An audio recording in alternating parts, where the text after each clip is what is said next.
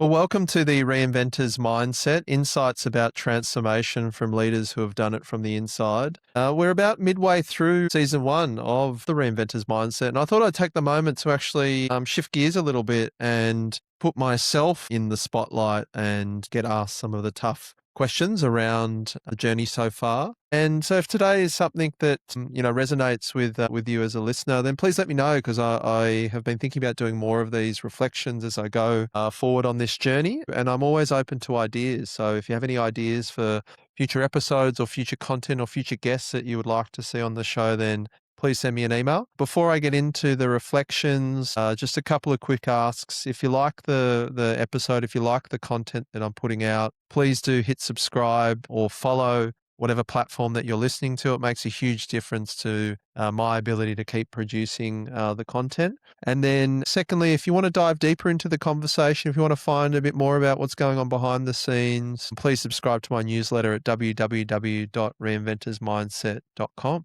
Let's dive in. So in doing this, what's been your biggest revelation? Yeah, so I think one of the things that's really been quite unexpected for me going on this journey was just how many people would actually reach out to me wanting to let me know that something had struck them. Every single thing that I've done on this journey, whether it's been a podcast episode, the newsletters I've been writing, the posts I've been sharing online, I've often had a lot of anxiety about putting this sort of content out there. I got a lot of feedback initially where people were kind of like, well, why are you doing this? And, you've got a day job. Or why are you also talking about leadership and transformation outside of your kind of corporate banner? And what's really motivated me, though, to keep going with it is every time I've put a piece of content out there, I've had people that have written to me and said, wow, if I only knew this 15 years ago, it would have changed everything. I remember that was the very first newsletter I put out there, and a lovely person that I have now had the chance to meet in person. Her name's Monica.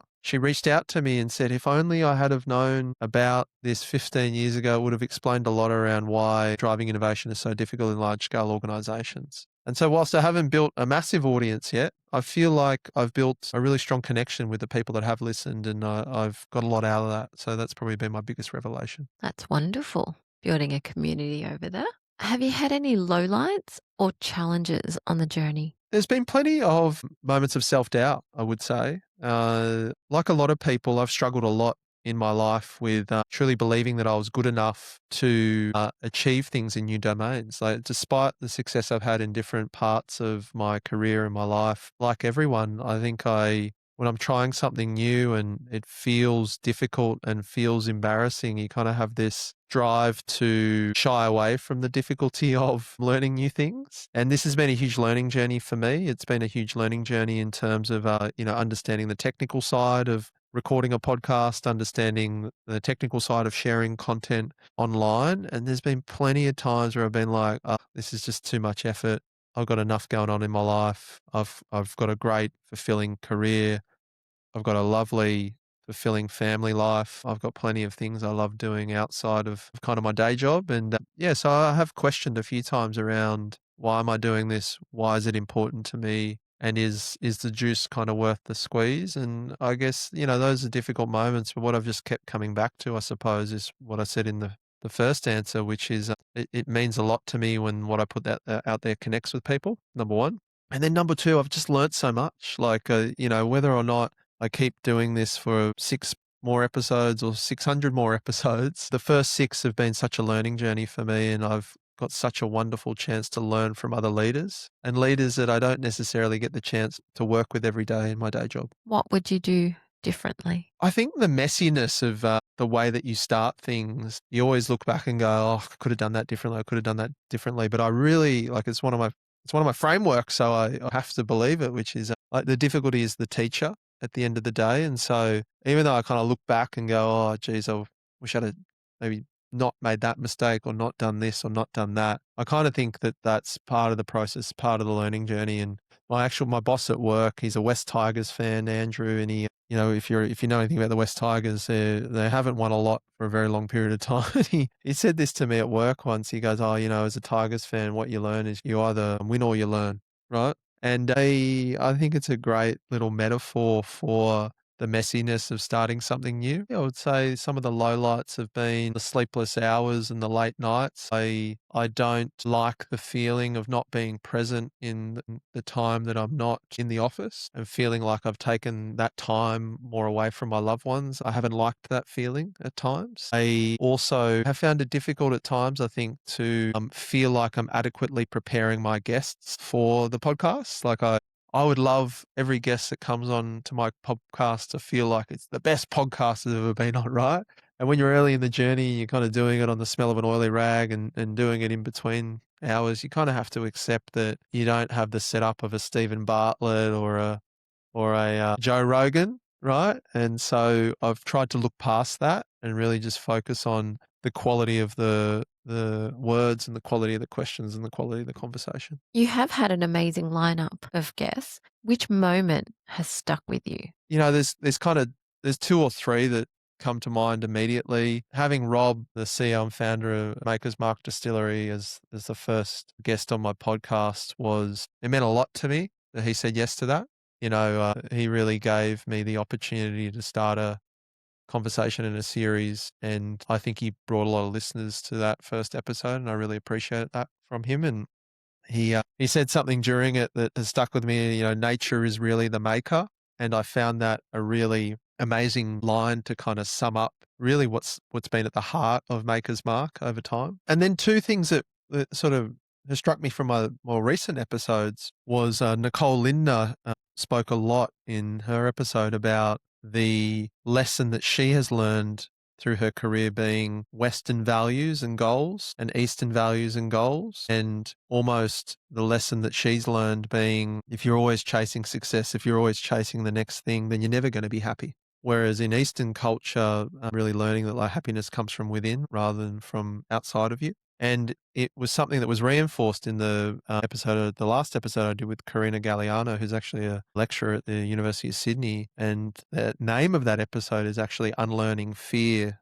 And she spoke about the childhood belief that she had to let go of was that worry would keep you safe. And it's just been something I've seen through all 6 of the episodes. There's so many hidden beliefs and hidden identities that we have had through our life and through our childhoods, and learning to let go of those that no longer serve you, those thoughts, feelings, and beliefs that no longer serve you, is really one of the most impactful inward journeys that you can go on when you're trying to drive leadership and transformation. What is the most exciting thing about looking ahead? I've got a really exciting plan ahead to really try to take these conversations and distill the insights into something that can almost be a community conversation. As I said before, I've already had people that reach out to me every single episode, every single content, and something that has resonated with them that they've picked up from.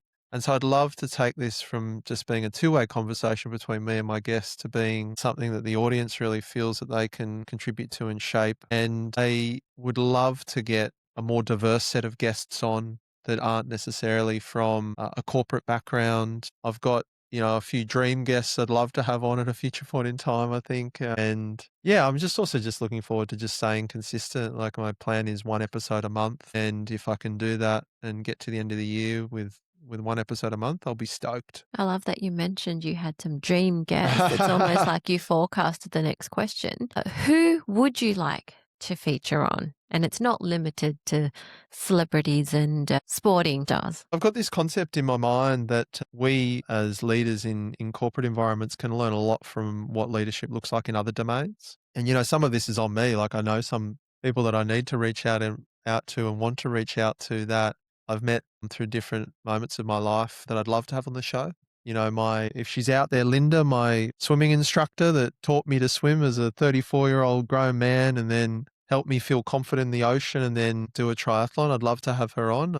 I can see her on Instagram, so I just think I need to reach out to her and ask her, to be honest. I would love to have on some guests that have made the transition from sporting life into corporate life. I've had the opportunity to meet some of those in my career, people like Grant Hackett, who's a swimmer and now CEO of a large life insurance company. Kieran Perkins, who was actually my childhood hero. He is now, I think, the Olympic committee commissioner, AOC commissioner. I would also just like to have some like more everyday Australians almost that work in interesting domains, firefighters, musicians, teachers, leadership comes in many different shapes and forms. And I've really come to believe that one of the most essential qualities of leadership that we're going to need over the next decade is leaders who know and are in touch with themselves and their identities and know how to deploy their taste and their judgment in a world where increasingly we're getting compressed, flattened, and shaped by artificial intelligence, which is really something that compresses things to the mean. So, yeah, more creatives, more artists, and more everyday Australians, maybe. Love that.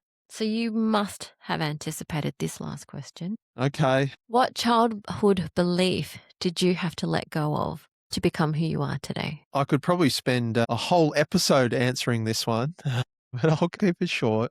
A lot of what shaped me growing up was financial insecurity.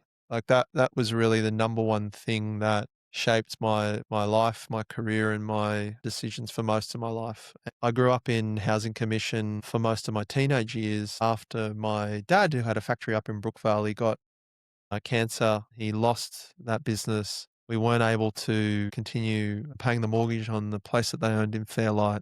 And so, that all culminated in myself and my two older brothers and my mum and dad all living in a housing commission place out in Top Ryde. And so everything I did throughout sort of my whole life and my whole career was kind of defined by this one belief, which was that I never wanted to put my family into that situation again. And that is what defined my decisions when I was a teenager around doing accountancy rather than trying to be a writer. And it's also what's defined all the decisions that I've made in my career around prioritizing kind of financial security and responsibility for my family over sort of my own dreams and my own desires. And so I think I had to let go of the fact that you can control everything in life. Like I thought if I could just make the right decisions around financial things and financial matters, I could stop bad things from happening and I could stop unexpected things from happening. And even despite those decisions I made at 25, after me and my brothers bought my parents a place, I didn't have a penny to my name. I felt like I had to struggle again after I got divorced. Again, I didn't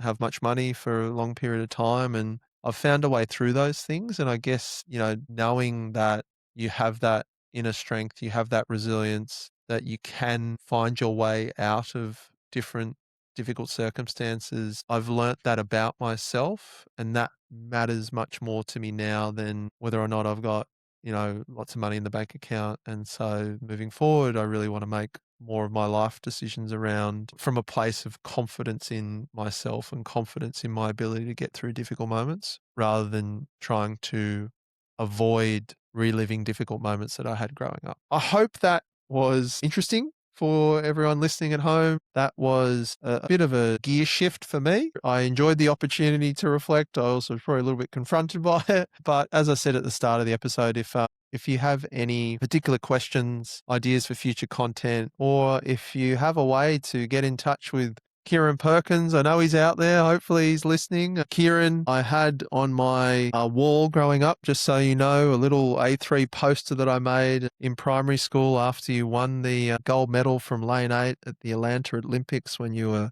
sick as a dog. And it's always stuck with me. And so, yeah, if you're out there, hopefully one day I get the chance to have you on the Reinventor's Mindset. Thank you so much.